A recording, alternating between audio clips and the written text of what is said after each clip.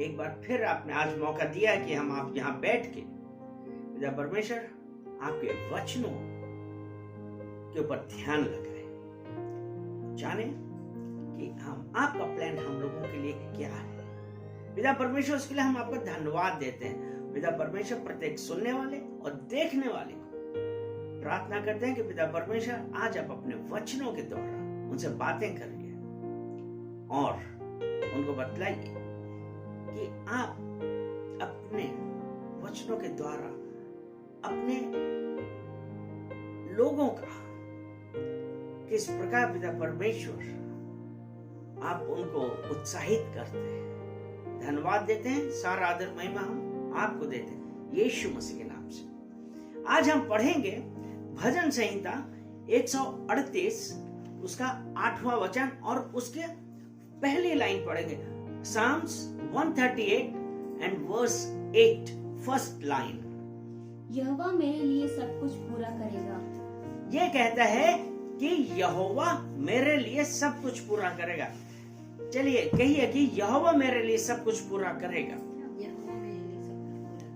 और जब यहोवा मेरे लिए सब कुछ पूरा करेगा तो एक चीज हमारे लिए जानने के लिए जरूरत है कि यहोवा क्यों पूरा करेगा।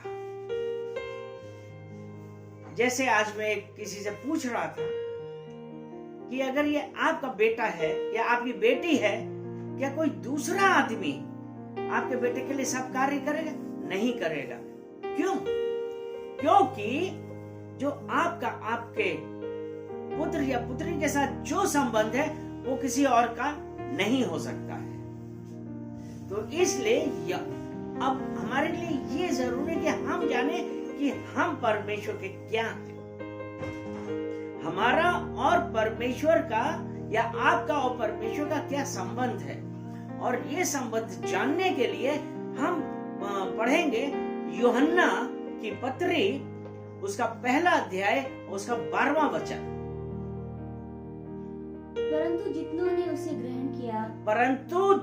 ने उसे ग्रहण किया उसने उन्हें परमेश्वर की संतान होने का अधिकार दिया। उसने उन्हें परमेश्वर की संतान होने का अधिकार दिया, अर्थात उन्हें जो उसके नाम पर विश्वास रखते हैं। यहाँ पे एक चीज देखिए, बहुत ध्यान देने वाली है, क्योंकि अर्थात यहाँ पे एक ये है कि उसने उन्हें परमेश्वर की संतान होने का अधिकार दिया। ठीक है, अधिकार दिया, लेकिन जो दूसरी बहुत ही महत्वपूर्ण बात ये है वो ये है कि जो उसके नाम पर विश्वास करते हैं, अगर हम उस परमेश्वर के नाम पर विश्वास करते हैं तब हम कह सकते हैं कि हम परमेश्वर की संतान हैं, इसलिए परमेश्वर मेरे लिए सब कुछ पूरा करेगा। हालेलुया। तो जब आज हम उस परमेश्वर की संतान है तो परमेश्वर हमारे लिए सब कुछ पूरा करेगा। लेकिन आज एक बात मैं आपको और बताना चाहूंगा, और हम लोग कई बार ये कहते हैं कि हमारे ऊपर ये ऐसे प्रॉब्लम कैसे आई, क्या हुआ हमारे साथ। क्योंकि शैतान हमेशा इस चक्कर में रहता है कि जो मसीह के लोग हैं उनको कैसे फाड़ खाए। और आपको एक वचन बताते हैं, ये अय्यूब की पत्री है, अय्यूब की पत्री उसका पहला अध्याय और उसका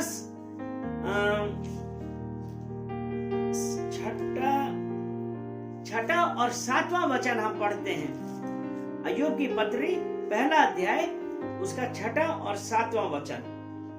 एक दिन यहोवा परमेश्वर के पुत्र उसके सामने उपस्थित हुए। एक दिन यहोवा परमेश्वर के पुत्र उसके सामने एकत्रित हुए और उनके बीच शैतान भी आया। हाँ, यानी कि उनके बीच शैतान भी आया, अर्थात शैतान की पहुंच परमेश्वर तक भी है। यहोवा के पुत्र जब यहोवा के सामने उपस्थित हुए, एकत्रित हुए, उनके साथ शैतान भी आया। अब अगला वचन देखें, उसमें क्या कहते हैं। यहोवा ने शैतान से पूछा, यहोवा ने शैतान से पूछा, तू कहाँ से आता है? तू कहाँ से आता है?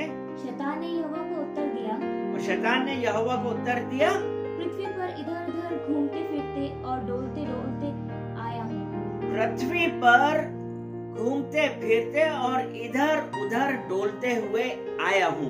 यानी कि यहाँ पे वो शैतान परमेश्वर के पुत्रों के साथ जब वो एकत्रित हुए, वो उनके साथ था। अब परमेश्वर ने शैतान से पूछा, तू कहां से आया?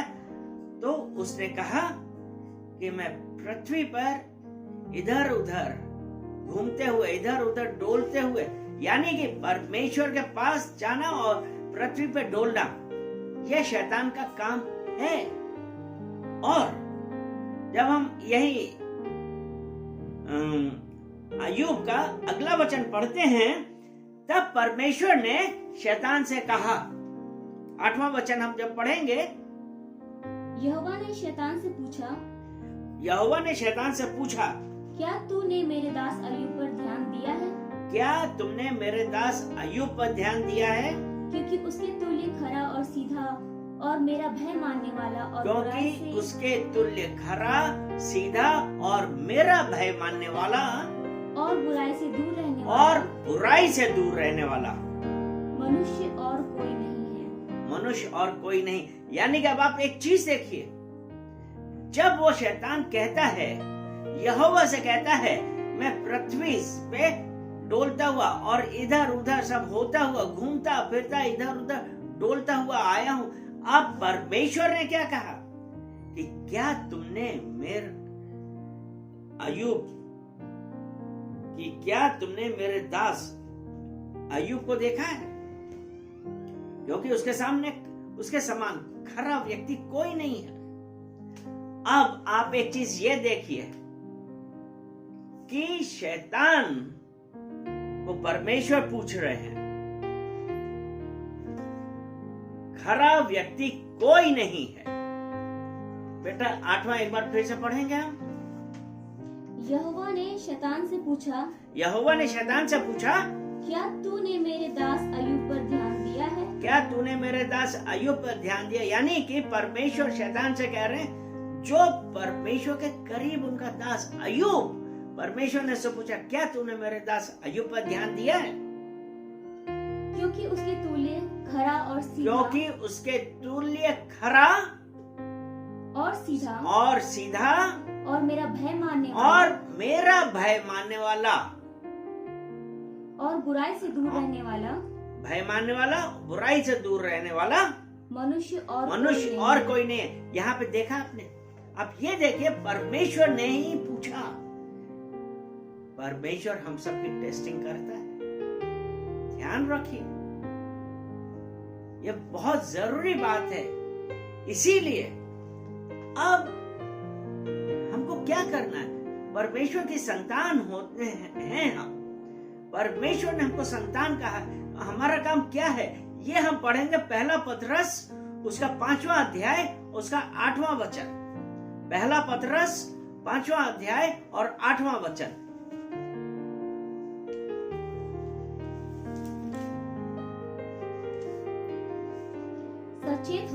सचेत रहो और जागते रहो क्योंकि तुम्हारा विरोधी शैतान गरजने वाले सिंह के समान इस खोज में रहता है कि किसको फाड़ खाए। अब आप यहाँ पे एक चीज ध्यान दीजिए कि तुम्हारा विरोधी शैतान गरजने वाले सिंह के समान, और शैतान ने परमेश्वर ने से पूछा, कहां से आ रहे हो? शैतान ने क्या उत्तर दिया कि मैं पृथ्वी पर डोलता हुआ, इधर उधर घूमता हुआ, इधर उधर डोलता हुआ आया हूं। क्यों? क्योंकि सचेत रहो, सावधान रहो, क्योंकि तुम्हारा विरोधी शैतान इस खोज में रहता है, एक गरजने वाले सिंह के समान इस खोज में रहता है कि कब मौका मिले वो फाड़ खाए। परमेश्वर की संतान अगर हम हैं, हमारे लिए कितना जरूरी है कि हर बात में हम सचेत रहें, सावधान रहें। यानी कि हम अपने आप को देखें, क्या बुराई करनी चाहिए? नहीं, क्योंकि परमेश्वर ने कहा ना, अय्यूब उसके समान सीधा, सच्चा, बुराई से दूर वो व्यक्ति परमेश्वर को भाता है और वो परमेश्वर के करीब था। परमेश्वर के करीब हम लोग ऐसे ही हो सकते हैं। अब यहाँ पे शैतान जिसको हजारों साल का एक्सपीरियंस है, वो तो जरा सा आपके मुंह से बात निकली वो पकड़ता है, क्योंकि तुम्हारा विरोधी शैतान गर्जने वाले सिंह के समान इस खोज में रहता है कि किसे फाड़ खाए। तो इसलिए हमारे लिए सबसे जरूरी क्या है कि अगर हम कोई भी बात करें या कुछ भी करते हैं, हमको अपने अंदर झांक के देख लेना चाहिए और अपने जीभ पर कंट्रोल रखना चाहिए कि हम क्या बोलने वाले हैं। बहुत जरूरी है हमको ये देखना है कि हम बुराई कर रहे हैं, क्या हम गॉसिपिंग कर रहे हैं, क्या हम अपने आप को कर्स कर रहे हैं, या हम किसी के अंदर कोई बुराई निकाल लें, हम कमियां निकाल लें। हम किसी का न्याय नहीं कर सकते। इसीलिए जब यहां पे उसने कहा ना कि तुम्हारा विरोधी शैतान, और शैतान भी परमेश्वर से साफ साफ बोलता है कि मैं तो पृथ्वी पर इधर उधर घूमता हुआ, इधर उधर डोलता हुआ आया हूं। और यहाँ पे पहला पतरस 5:8 में क्या लिखा है कि सचेत रहो, सावधान रहो कि तुम्हारा विरोधी शैतान गर्जने वाले सिंह के समान इस खोज में रहता है कि किसको फाड़ खाए। तो अपने आप को जांचिए, क्योंकि अब हमारा विरोधी शैतान कैसा है। एफिसियों की पुस्तक उसका 6 अध्याय उसका 12 वचन हम पढ़ेंगे। क्योंकि हमारा ये मल युद्ध लहू और मांस से नहीं परंतु प्रधानों से और अधिकारियों से और इस संसार के अंधकार के हाकिमों से और उस दुष्टता की आत्मिक सेनाओं से जो आकाश में है। यानी कि वो जो हमारा शत्रु शैतान इस खोज में है ना कि मौका लगे तो फाड़ खाए, वो ये है। उन शत्रुओं से हमको सचेत रहना, सावधान रहना है। अपने आप को जांचें कि हम कहां जा रहे हैं। जब हम ऐसा करेंगे, परमेश्वर सच्चा है। परमेश्वर ने हम लोगों को अधिकार दिया है, लेकिन क्या हम उस अधिकार का प्रयोग कर पाते हैं? शायद नहीं। क्यों? हम अपनी परिस्थिति से दब गए। लेकिन अगर हम भजन संहिता 91 और उसका 13 वचन, भजन संहिता 91:13, तू सिंह और नाग को कुचलेगा। मतलब परमेश्वर का अधिकार क्या है? तू सिंह और नाग को कुचलेगा, तू जवान सिंह और अजगर को लताड़ेगा। वो परमेश्वर कहता है तू सांप और सिंह को कुचलेगा और तू जवान सिंह और अजगर को लताड़ेगा। वो परमेश्वर ने हम लोगों को अधिकार दिए हैं। और आपको एक चीज बताएं, जब परमेश्वर ने हम लोगों की रचना करी थी, उत्पत्ति 1, उस वक्त जब हम लोगों की रचना हुई, उसी वक्त परमेश्वर ने हमको अधिकार दिए थे। उत्पत्ति उसका 1 अध्याय उसका 26 वचन, उत्पत्ति 1 चैप्टर 1 और उसका 26वां अध्याय, वो 26वां वचन। फिर परमेश्वर ने कहा, फिर परमेश्वर ने कहा, हम मनुष्य को अपने स्वरूप के अनुसार हम मनुष्य को अपने स्वरूप के अनुसार अपनी समानता में बनाए। अपनी समानता में बनाए। परमेश्वर ने अपने स्वरूप के अनुसार अपनी समानता में बनाए। और वे समुद्र की मछलियों, हाँ, अब आप देखिए, एक बार परमेश्वर ने हम लोगों को अपने स्वरूप अपनी समानता में बनाया, और फिर परमेश्वर ने, आप देखिए, हमको अधिकार दिए। वो देखिए अधिकार क्या है। और वे समुद्र की मछलियों, और वे समुद्र की मछलियों, और आकाश के पक्षियों, आकाश के पक्षियों, और घरेलू पशुओं, और घरेलू पशुओं, और सारी पृथ्वी पर, और सारी पृथ्वी पर, और सब रेंगने वाले जंतुओं पर, और सब रेंगने वाले जंतुओं पर, जो पृथ्वी पर रेंगते हैं, जो पृथ्वी पर रेंगते हैं, अधिकार रखें। अधिकार रखें। यानी कि जिस वक्त परमेश्वर ने हम लोगों की रचना करी, उसी वक्त परमेश्वर ने हमको अधिकार दिए थे। उस वक्त अधिकार दिए थे, लेकिन हम अपने अधिकारों का तो प्रयोग कर ही नहीं पा रहे। क्यों? हमको अधिकार नहीं पता है। तो मेरे प्रियो, आप परमेश्वर की समानता में बनाए गए हैं। आपके पास अधिकार है कि whatsoever, मत्ती 18:18, जो कुछ भी तुम पृथ्वी पे बांधोगे वो स्वर्ग में बन जाएगा, और जो कुछ भी तुम पृथ्वी पे खोलोगे वो स्वर्ग में खुल जाएगा। अधिकार है, अधिकार है। आपके ऊपर किसी और का अधिकार नहीं हो सकता है, क्योंकि जो कुछ भी तुम पृथ्वी पे बांधोगे स्वर्ग में बन जाएगा। सांप और बिच्छू को कुचलोगे, कमांड करोगे, शैतान छोड़ के जाएगा। अधिकार है। क्या आपको पता है कि आपके पास अधिकार है? चलिए हम देखते हैं रोमियो की पत्री और उसका 8वां अध्याय,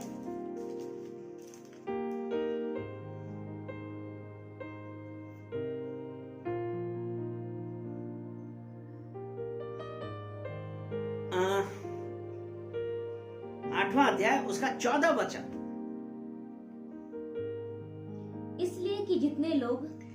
इसलिए जितने लोग परमेश्वर की आत्मा के चलाए चलते हैं, वे ही परमेश्वर के पुत्र हैं। वही परमेश्वर के पुत्र हैं। जितने लोग परमेश्वर की आत्मा के चलाए चलते हैं, वही परमेश्वर के पुत्र हैं।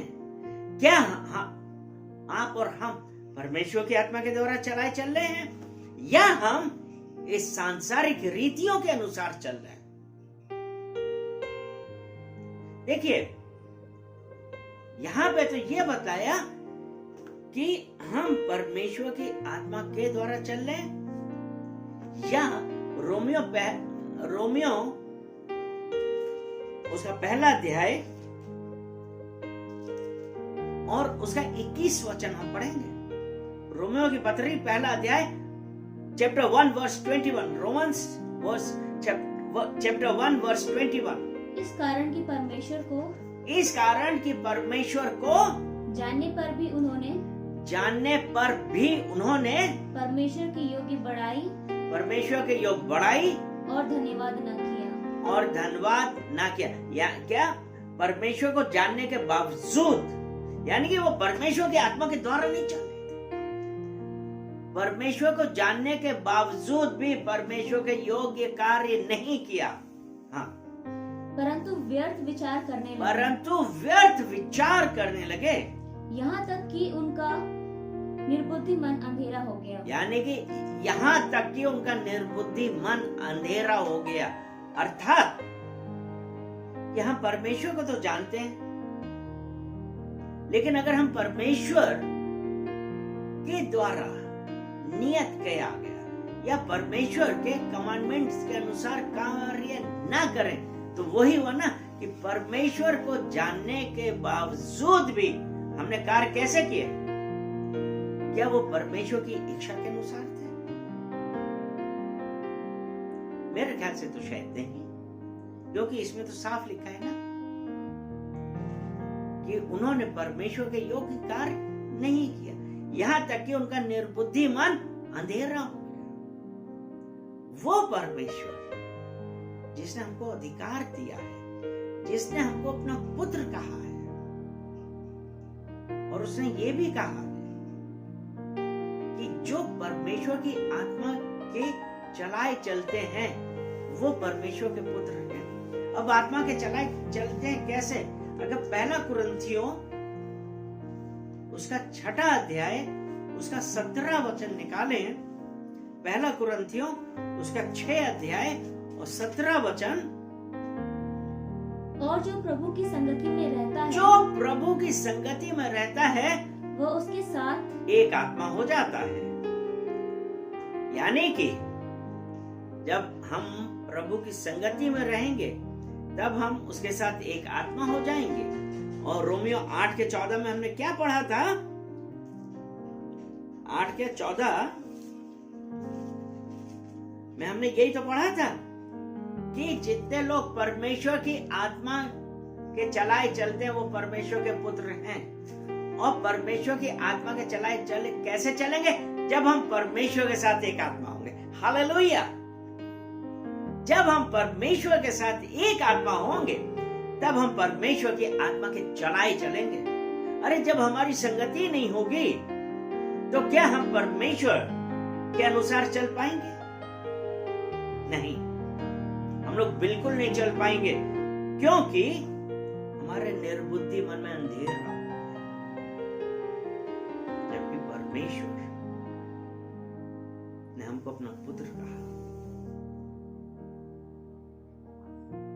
इसलिए आज हमको ये निश्चय करना है कि अगर हम उसके पुत्र हैं तो क्या हम उसकी आत्मा के चलाए चल रहे हैं, या हम आज अपनी इच्छाओं के दास हैं?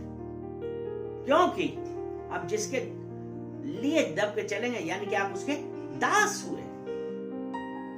अब यह मेरे ऊपर और आपके ऊपर निर्भर करता है कि हम कहां पे और कैसे चल रहे हैं। क्या हमने कभी सोचा है? शायद हमारे पास सोचने का टाइम नहीं है। क्यों नहीं है? क्योंकि हम दुनिया की इस सांसारिक रीति में इतना ज्यादा बिजी हो कि हम टाइम ही नहीं दे पा रहे हैं कि हम परमेश्वर के साथ समय बिताएं। हम बहुत आसानी से कह देते हैं कि परमेश्वर को पता नहीं है। परमेश्वर आज अगर आप इस धरती पे अपने माँ और बाप से अगर अपने मुंह से कुछ नहीं कहेंगे ना, इवन आपके जिन्होंने आपको जन्म दिया उनको भी नहीं पता होगा कि आपकी जरूरतें क्या हैं जब तक आप ना बोले। और परमेश्वर जिसने हमको अपनी संतान कहा है वो परमेश्वर हमसे यही आशा रखता है कि हम उससे मांगे, उसको कहें कि जिस प्रकार यीशु मसीह जब उस अंधे बार्थमुई के पास आए थे उससे कहा था कि बोल तुझे क्या चाहिए। क्या यीशु मसीह ने तो देखा ना, वो अंधा था, लेकिन यीशु मसीह ने तब भी पूछा मैं तेरे लिए क्या कर सकता हूं। आज वही यीशु मसीह, आज वही परमेश्वर आज आपके साथ मेरे से एक यही बात पूछ रहा है, मेरे पुत्र मेरी पुत्री बोल तुझे क्या चाहिए। धन्यवाद देते, चलिए परमेश्वर को धन्यवाद दें और कहें कि परमेश्वर हम इस संसार के अनुरूप नहीं वरन पिता परमेश्वर हम आपकी आत्मा के चलाए चलेंगे। हम इन सांसारिक बातों पर निर्भर नहीं होंगे वरन पिता परमेश्वर हमारी आंखें हमारा हृदय सिर्फ आपकी ओर और आपकी ओर देखेगा और किसी भी बात को जो संसारिक है जो हमको अटैक करती है उससे हम दूर रहेंगे। इसलिए जब आपने कहा है कि हम अपनी संगति देखें कि हमारी संगति किसके साथ है, पिता परमेश्वर प्रार्थना करते हैं कि आप इन वचनों के द्वारा पिता परमेश्वर अपने लोगों से बातें करें। पिता परमेश्वर प्रार्थना करते हैं कि जो भाई बहन किसी भी प्रकार के परमेश्वर आपके साथ रिलेशनशिप में नहीं है, आज उनके जीवन से हर नेगेटिव थिंग्स, हर नेगेटिव थॉट्स को मैं बांध के नरक उनके आग में फेंकता हूं, क्योंकि पिता परमेश्वर आपने अधिकार दिया है। उस अधिकार से ही आज मैं हर नेगेटिव थॉट्स को, हर टॉर्मेंटिंग स्पिरिट को कमांड करता हूं अभी और इसी वक्त यीशु मसीह के नाम से छोड़ के जाए। धन्यवाद करते हैं पिता परमेश्वर कि आपने छुटकारा दिया यीशु मसीह के नाम से। आमीन, आमीन एंड आमीन।